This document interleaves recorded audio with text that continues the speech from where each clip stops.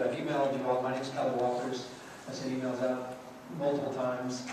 And this issue, I can't let go. I wasn't able to be here for your meeting tonight, but I can tell you that whatever's on this agenda is not as important as ensuring that every time that we go to cast a vote, whether you're Republican or Libertarian or Democrat or Independent, that vote counts.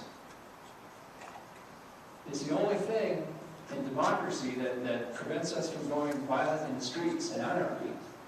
And when I read the article that's been covered in some of the blogs, or the Daily News with Casey Grove over the weekend, or maybe it was Monday, quoting an election worker that talked about broken seals on these election machines, I mean, it's incredible. That alone is reason enough, with the nefarious past that the state has had, to go into a full audit on this past election and they count every vote. That is a massive security breach.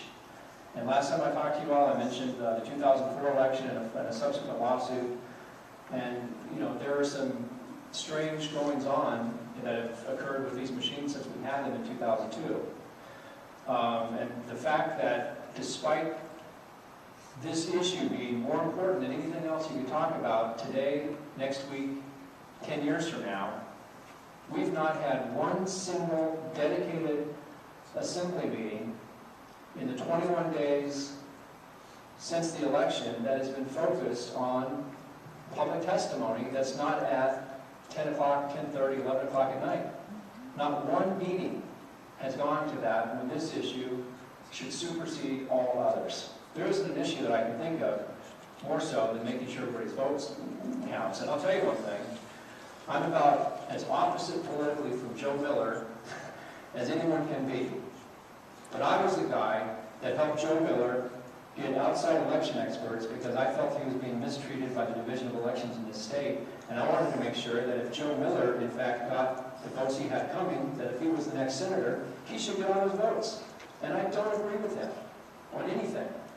So I really hope that you have before you certify this election, if you certify it, that you go through and you get this independent investigation started. I think it should have been started when Ms. Gray Jackson made the motion in the assembly meeting following the election, because right then with ballot shortages, we knew there were problems.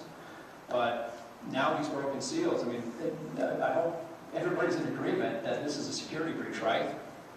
That if there's a broken seal, given the cards that are corruptible and these Diebold optical scanners, the ones that have been decertified in other states, it's a problem. So I hope that we can move forward and do something about this. And I've expired my time, but you know, I'm here again. I testify every day on this issue because it's that important. Thank you. Mr. Walters. There are no questions. Anyone else?